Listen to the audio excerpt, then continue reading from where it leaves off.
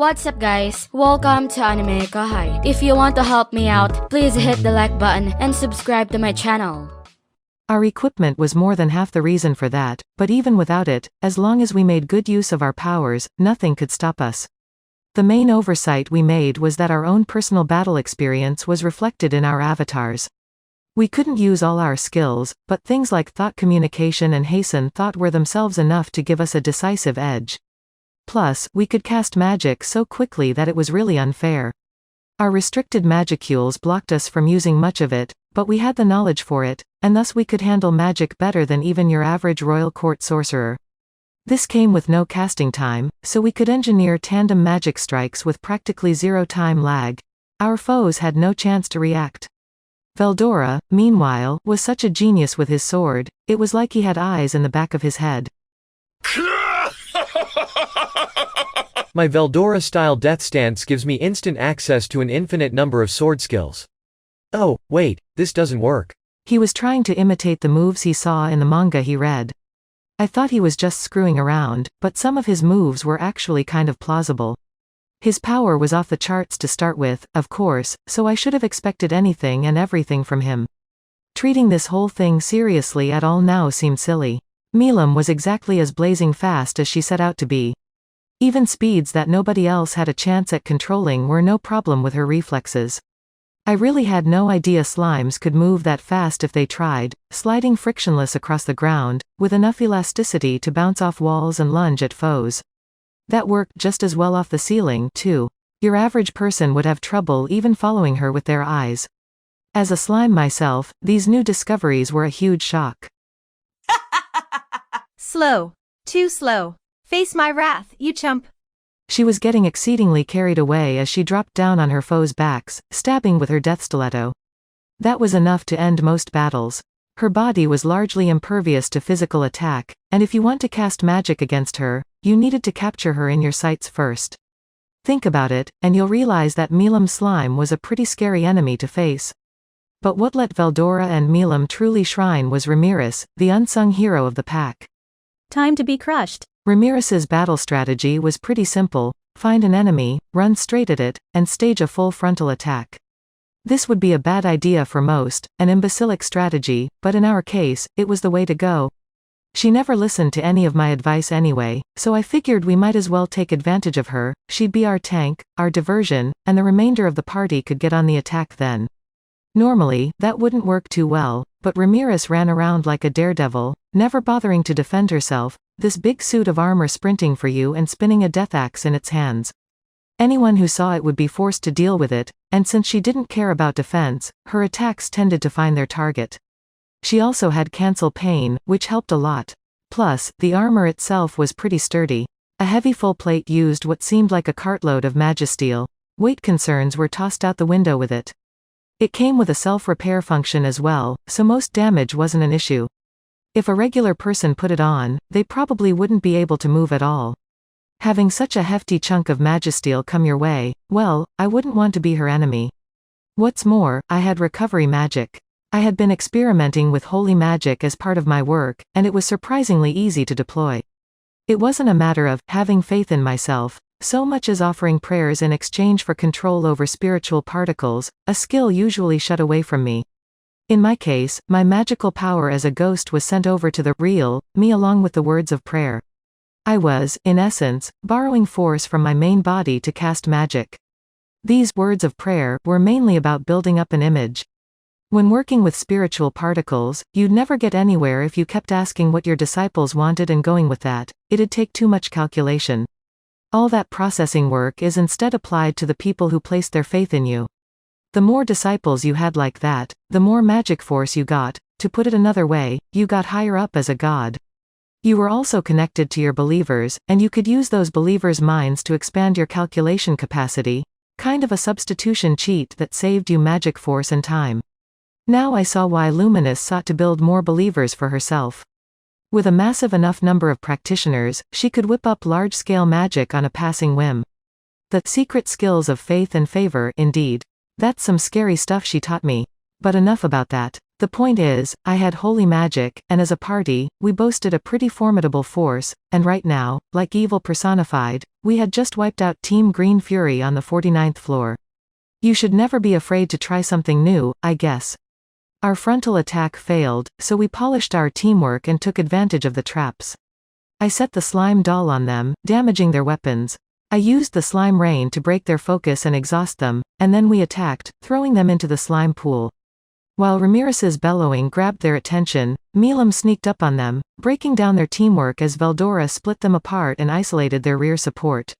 Our giant slime crushed their powerless magicians and thieves, while Veldora and Ramirez bear hugged the remaining core members straight into the slime pool, sinking them down. Our aim was to destroy their weapons in the acidic goop, and once Green Fury's main weapons had corroded into useless fragments, that'd be a huge damper on their dungeon-conquering speed. After all that swag we earned. It turns out the leader of the Sons of the Veld, the one currently whining about the equipment dissolving in her hands, was female. That surprised me, but not as much as what her companion said next. Well, maybe this timing's for the best. It was about the right moment to pack up. Yeah, our home country's calling for us anyway. I definitely heard one of the survivors from the team say that to the leader. I thought the Sons of the Veld was an independent mercenary corps, unaffiliated with any other nation. My reports stated they were being funded by someone in Anglacia, but maybe it was more like a long-term gig? The term home country indicated that they might have had more loyalty to Anglacia than a simple employer-employee relationship. I'd need to keep an eye on them.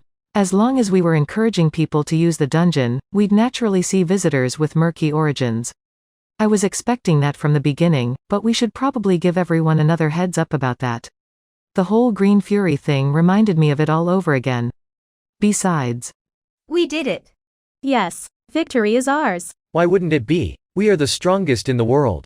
if I didn't keep these idiots in line, they'd immediately get distracted by the next victory ahead. The thought was in my mind, but, right now, at least, I didn't let it get in the way of my joy. Mission accomplished. Volume 10, Chapter 2.1. Interlude, Maribel. Maribel had been resurrected as an otherworlder. She had memories of being a ruler in Europe. In her previous life, she had all the finances she wanted. To her, war was just another pawn for her to use. Her glory was built on misfortune. A battlefield, bullets flying. Kill or be killed. A vivid hellscape bathed in blood. Burnt homes, lost families, wailing people. And she never held any remorse about it. Maribel's life was a happy one, all the way to the end of her natural lifespan. And now she was here, born as a princess in the small kingdom of Seltrazo. Her family was in the ruling class, the people calling the shots in the Western nations. In this world filled with monsters and chaos, nations couldn't afford to squabble with one another. It was natural that something like the Council of the West would be formed. That council was built hundreds of years ago by Granville Razzo, the great founder of the Razzo family and a mysterious, seemingly ageless figure. He was the oldest among the 5 elders who held actual power in the council, while still serving as head of the Razzos, who had taken root in the Western nations. Even a princess directly related to Granville wouldn't have so much as a chance to see him. Maribel's own brothers, in fact, had never even met the 5 elders before. But Maribel was different. Her memories, and her will, were things Granville couldn't afford to ignore. The advance of civilization would have been impossible without the existence of money.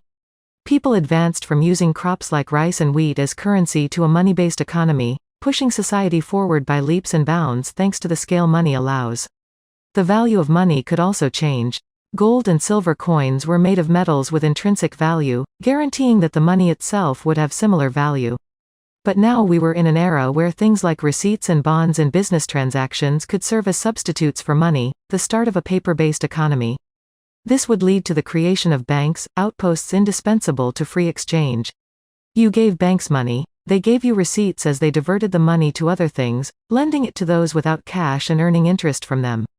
That was the business model people eventually came up with, and it was a kind of magic more insidious than alchemy. Money, in the form of interest, seemingly appeared out of nowhere. Comparing the amount of cash circulating in the world and the total amount of receipts generated, there was clearly going to be a substantial amount of irrecoverable funds, as well as people in deep trouble after not being able to pay up. If you lent money and charged interest, you would always have that problem. The shift from coinage to paper currency only sped up the process. People collected money from the rich, dangling interest payments as bait. They invested it to create even more money. Business exchanges began to take place on a worldwide scale, beyond national borders. Limits on the production of paper money were removed, under the pat promise that the nation would be good for it all. Combine that with exchange controls caused by power differences between nations, and the scale of the economy blew up to dozens of times its original size, and Maribel was even factoring the amount of currency produced into her calculations as she controlled the market. Much of it was a fiction, far removed from the actual economy. A bubble that was bound to pop sooner or later. In her past life as well, Maribel blew the bubble up as much as she could. Any debts she couldn't recover, she shunted off on the weaker nations and disposed of, in other words, waging wars to balance her accounts. The weaker nations thus fell, and the rich got richer.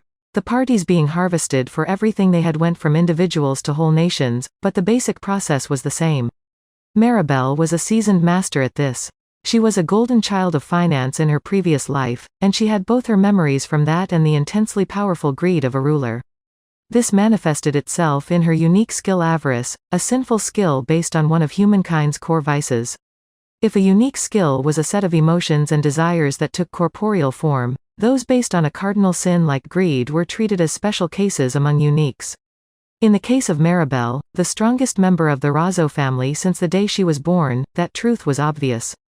The avarice skill let her hold sway over people's desires. She could literally see them, and the bigger the desire, the easier she found it to rule over them. Everyone had desires, of course, and stoking those desires let Maribel control them any way she wanted. And, little by little, she used that to slowly build her audience of sympathizers. There was no urgent need to act. Observing the people around her, she could tell that the standards of civilization in this world were pretty low. There was a money-driven economy but still a single currency that circulated across the whole of it. There were no language barriers. Everything was different from the last world, but in a way, the environment was perfect for her to take advantage of. That's it for this video, guys. Thank you for always watching my videos and supporting my channel. Shoutout to IK, JB, Rembaru, Rahul Subramanian, Tatsuya Gaming, AZFR, DJ Silverfox, Mr. Smooth 273, Carl Edison Ferrer, and last but not least, shoutout to Ansel Matthew Phillip. I'll see you guys in the next video.